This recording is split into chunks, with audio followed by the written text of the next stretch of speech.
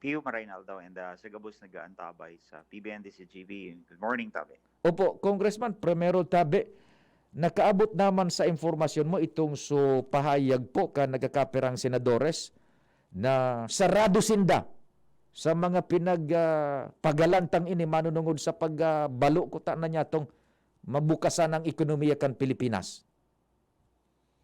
Well, tama ka dyan, Pio. Nakaantos na yan sa tuya. And nagtaon naman kita kay mga reaksyon sa hinagad sa tuya ka mga media outlets digdi sa Metro Manila and then sa national level. It all boils down sa pinagsasabi ninda, so timing and the time. Pag-abot tabi sa timing, Pio, aramtaman baga na ang mga pag-uurulay, polisiya, manungod sa pang-ekonomiya, dahil man na pinagpipiling oras iyan, lalo na kaining economic amendments na kung sa ina naglalayon lamang o ang obeto man sana ay mapadali as in ma-welcome ta ang paglaog kang foreign direct investment na makrear trabaho as in madra kikita sa tuyang gobyerno, nataaman ni question ang timing.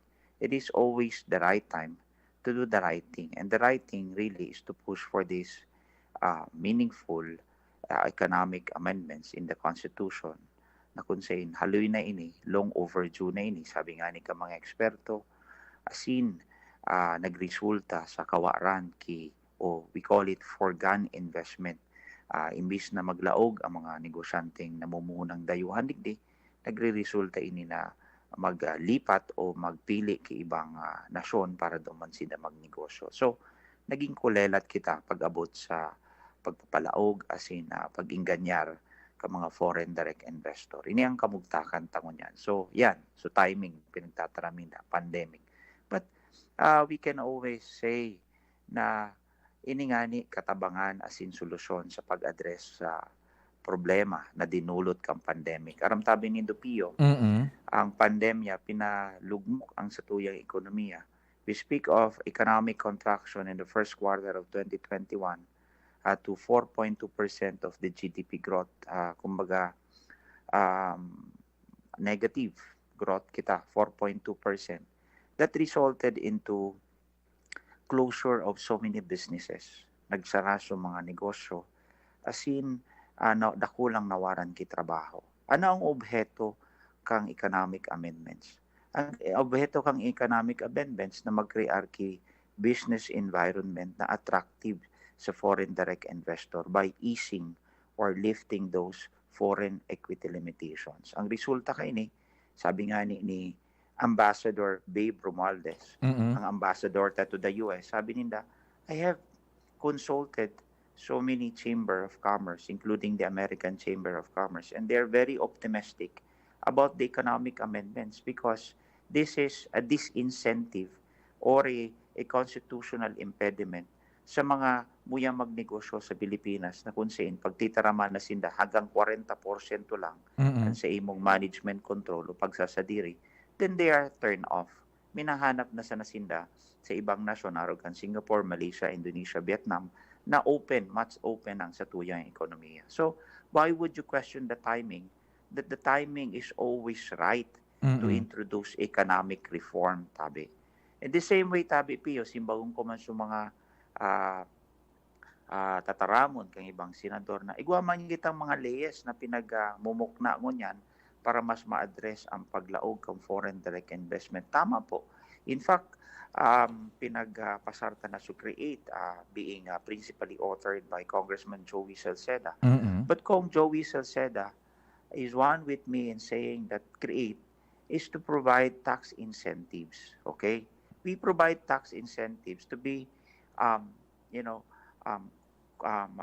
competitive with that of other ASEAN neighbors. But the fact remains, Tabi Pio, na to become competitive, aside from giving them tax incentives, you have to open up the economy by allowing them a management control of their business. Igwa kitang tax incentives na arog kayo ni.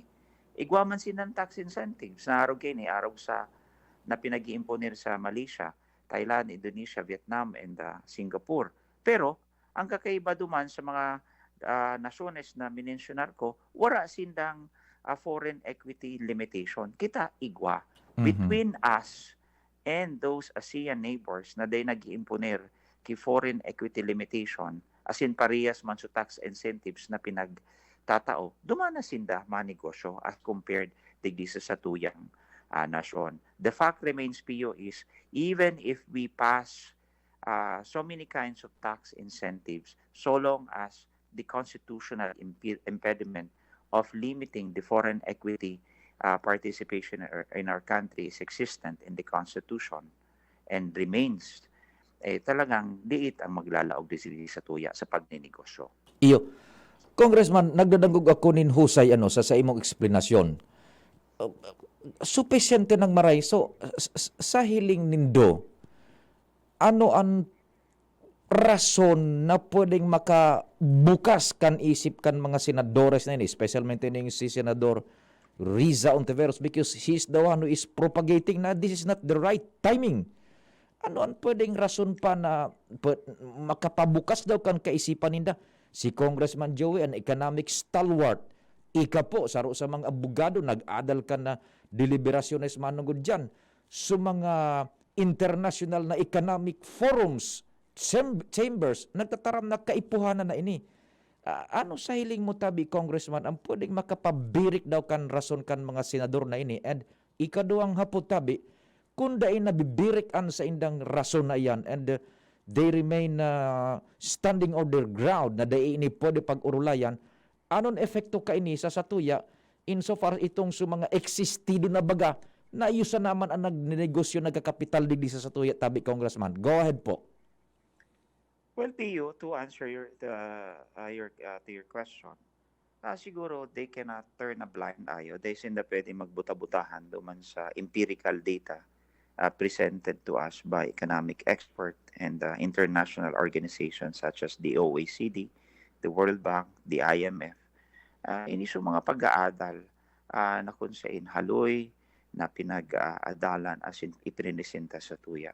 Di man pwede kita magbuta-butahan digdi. And in fact, this is the one that causing us of foregone investment because it is always correlated duman sa restrictive economic provision kan sa tuyang constitution. Now, having said that, Pio, ang nangyayari tuloy duman sa key industries na mo yata ko buksan, na kung sa'y nagresulta sa monopolyo or oligopolies dahil digdi sa restrictive economic provisions digdi.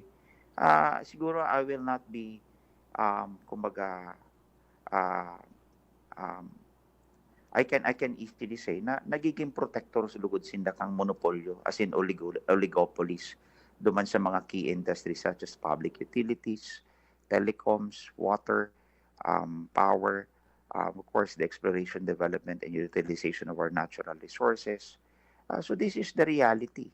If we continue to maintain this restriction, then we maintain the monopoly and oligopoly in certain key industries that, we don't want to challenge the status quo, and therefore, we don't want to foster competition, better services. Kasi pag may competition, Pio, it results into better services and will also offer better prices to the end user, which is the Filipino people. So yan ang resulta dyan. Baka masalaan sinda, Pio, na sinda protector kang monopolyo as in oligopoly na nagraranyar mo niyan sa mga key industries sa tuyang nasyon. Komo habo ninda iyan na mga arog ka na lakdang nyato na bukasan ang sa tuyang ekonomiya, the natural effect would be so existido tango niya na sitwasyon na nagkakapera sana ang bilyonaryo, nagkokontrol kan dalagan kan ekonomiya, delensya, oportunidad, iyo sana suma-exister in a sense na puprotehiran lugod sinda tabi, Congressman. Tama daw ang reading ko tabi. Well, that can be a conclusion to that. But the fact remains, Pio, is that we have a domestic market that is so concentrated to Filipino ownership. Pero itong domestic market nito, sila mismo admitted that they have scarce in capital in order to fund investment in key industries such as the telecom, the transportation, water, and power. And that's why, nagraranyar sana sa digdi, so mga nagkakapirang pamilya sa Nabagapeo, mabibilang mo lang sa ibang muro. Pero if you look at the services being provided, like for example, sa water, pira lang pero iluon mo ang serbisyo Mhm. ka mga kumpanya sa tubig sa tuya, mauugma daw kamo na oral daw ang turo mas makusog pa so ihi mo piyo, Mhm. or kung minsan ang turo mas ano pa, mas madiklom pa sa ihi mo piyo Naku. dahil Mhm. ang turo maluya na gari pa iced tea ang Oho. pinagsiserve. But these are just one industry, the water industry, which is one of the public utilities being protected by Mhm. these restrictive economic provisions of the Constitution. And there's so many key industries such as power, telecommunication. We have a duopoly in telecommunication, Smart and Globe, which offer services to the public. But we have one of the slowest internet connectivity, and yet we pay so much for our internet connectivity. So, warang competition paano piyo. And that's why this is the one that is being protected by these restrictive economic provisions of the Constitution that we want to open up na muyata buksan. Opo. Congressman, sa mga maabot na aldaw, magakaigwa ka mo ning exchange of ideas, opposing ideas, lalo na itong sa mga senador na standing on the ground, nahabo sinda ka ini. Paano nindo iyan ano ang plano without compromising your strategy man tabi, kamo na ra Congressman Joey, na ma-overcome ini tabi? Go ahead po. I think we have to toss it to the Filipino people.